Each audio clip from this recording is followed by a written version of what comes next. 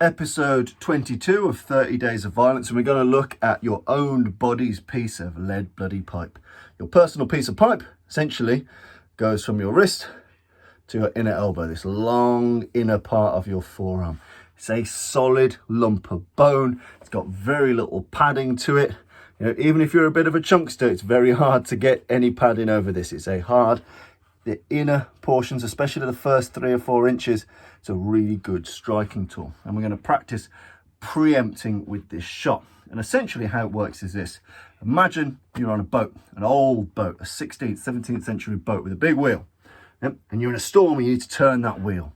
That's the kind of motion we're looking at. So we're not coming out to in, like say a traditional martial arts ridge hand. We're coming down. We want some downward pressure on it, turning that big wheel. So that your inner piece, your personal piece of pipe here, and you're looking to crack anywhere along the jaw or along the neck. My advice is to aim for the jaw, and if they move a bit, they get the neck. If you aim for the neck and they move a bit, you might get the shoulder. So go jaw first. Whether you knock them out that way, whether you cause a drop in blood pressure by whacking them here, it's by the by. But I advise aim for the jawbone here with your personal piece of pipe. So again, this is where you'd be having your conversation. You'd notice it's getting heated. You're trying to calm it down and you can't. Any type of more open movement. Look, I don't want trouble. Anything that opens the hands, anything that can be wound can be unwound. So if we open these up a little bit, our body is then loaded. The body's shotgun has essentially gone. As soon as the hands are like this, you're ready to go, cracking in with that inner forearm shot. Now my advice would be to move your head at the same time. So you're cracking them right on the jawbone, right in the neck, but you're moving your target offline.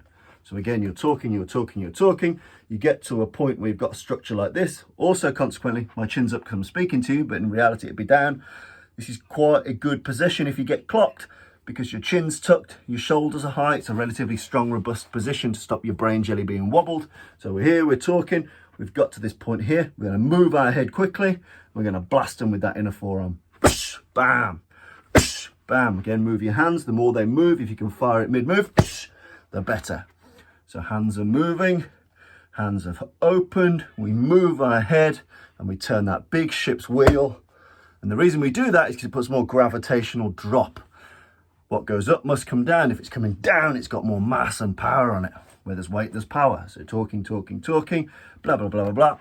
Move the head, crack this inner forearm right into the jaw, right into the neck. It works wonders. It's a lovely tool. It's very easy to maintain. So that's the inner forearm shot, otherwise known as the matchbox hook. Give that a play.